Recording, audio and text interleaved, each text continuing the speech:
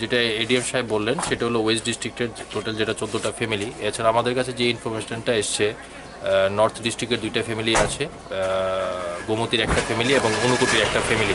তো already same যে প্রসেসটা অ্যাক্টিভিটিসটা এখানে দেখছেন আপনারা, সেম প্রসেসটা ওইখানে হচ্ছে। ওইখানে তাদেরকে কোয়ারেন্টাইন করে আজকেই স্যাম্পেল এজিএমসিতে আসবে, আসার পরে টেস্টিং হবে। তো এইটাই হলো আজকের স্ট্যাটাস। তাদের সঙ্গে কি অন্য কারো যুক্ত বা কতজন ছিল টোটাল ওইখান থেকে এসেছে লিস্ট আপনাদের কাছে? না, ওইটা ফ্যামিলি মেম্বার এক্সাক্ট কতজন আছে এটা এখন আপডেট আসেনি আমাদের কাছে। ত্রিপুরাতে কতজন এসছে দিল্লি থেকে? ত্রিপুরা থেকে টোটাল এসছে এখানে 14 আর এখানে ধরুন 18 জনের মতন এক্সপেক্টেড। 18 জনের মধ্যে আমাদের 18 জনই আইডেন্টিফাই হয়েছে, কিন্তু দেখা যাচ্ছে কি 18 জনের কাছে গেলে পরে আবার জানা যাচ্ছে যে আরেকটা ফ্যামিলি এরকম গেছে। তো এরকম করে 1-2টা ফ্যামিলি হয়তো পারতে পারে।